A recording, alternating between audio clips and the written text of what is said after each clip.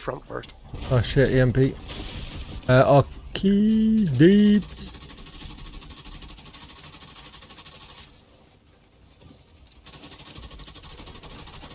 Alright, well, backup is very prepped. Critical systems exposed. What's up, agents, and welcome back to another Division build video.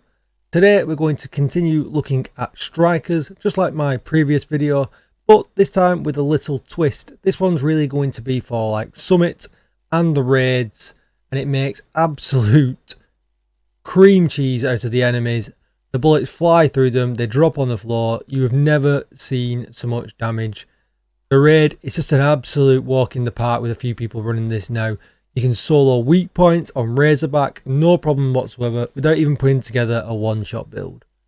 But before we get started, be sure to hit that subscribe button, give this video a thumbs up, and hit the bell so you're notified when I upload more Division videos. Even better, come on over to Twitch and hit follow, where I've just hit 30,000 followers. Absolutely amazing. Thank you to everybody that has followed over on Twitch. And if you need a community Discord, there has never been a better time to join. You'll find the link down below in the description. And with all that said, let's get started.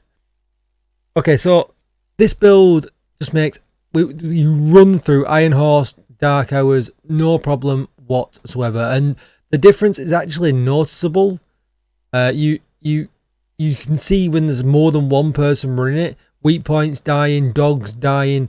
Literally, you can run this build from start to finish. The only other thing you might need is a drone build, perhaps, for Razorback. But even then, you can, tonight, if you was over on Twitch, when one of the drone guys went down, you killed the drones in 1-2 bullets. Really, really quick. It's absolutely insane. And this is the build. And there's a few reasons why I picked what I have picked here.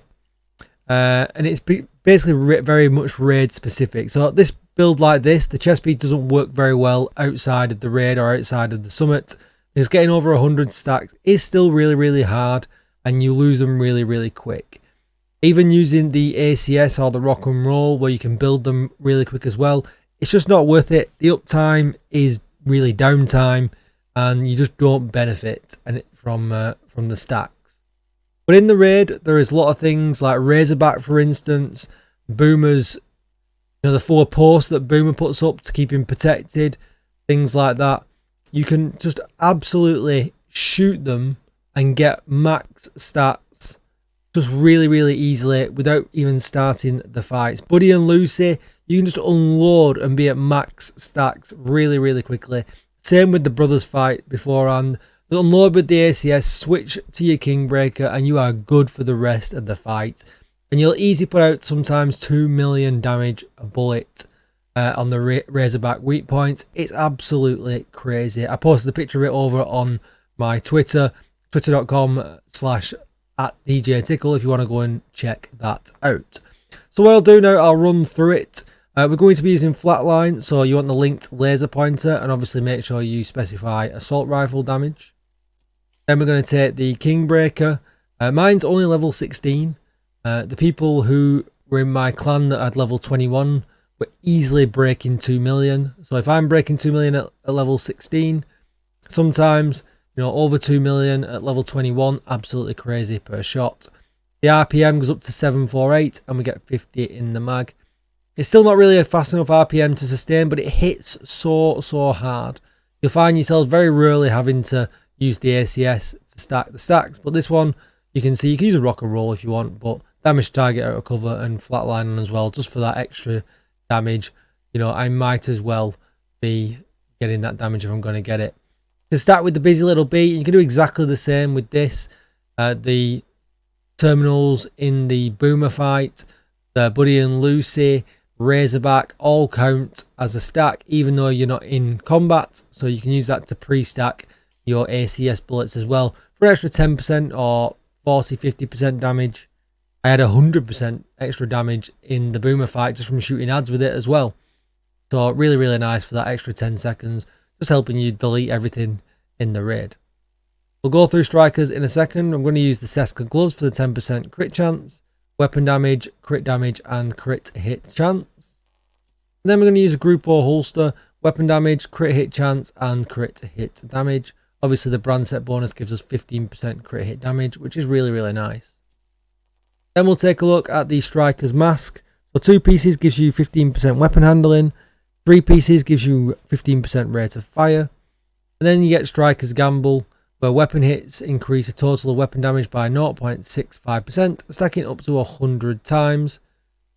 1 stack is lost per second between 0 and 50 stacks, and then 2 stacks are lost between 50 and 100.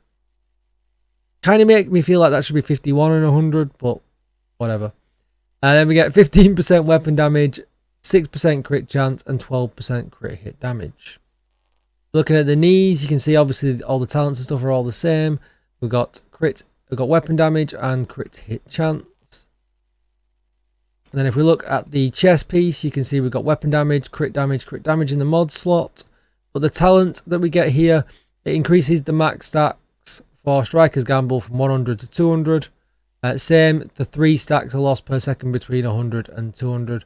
And, you know, an extra whole 65% there. Absolutely insane. Absolutely insane. And then with the backpack, this is a no-brainer because it increases the total weapon damage gained for Striker's Gamble from 0.65% to 1%, therefore giving us a total of 200% from these stacks when we're at the top. Absolutely crazy damage. Taking the shield, and I'm taking the Reviver Hive.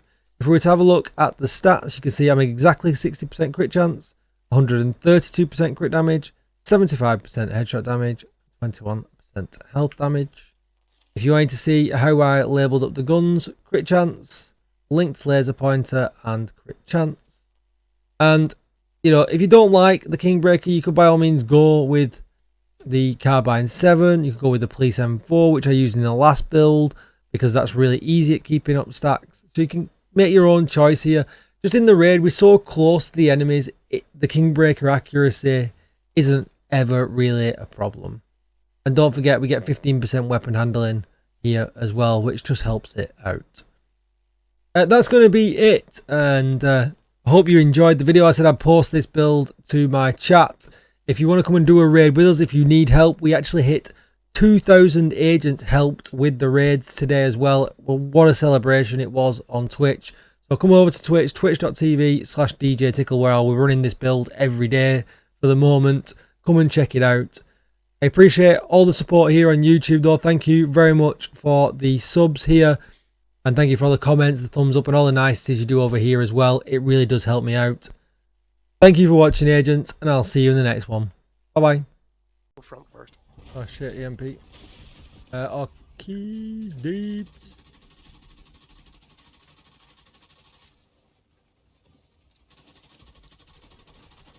Alright, well, backup is very prepped.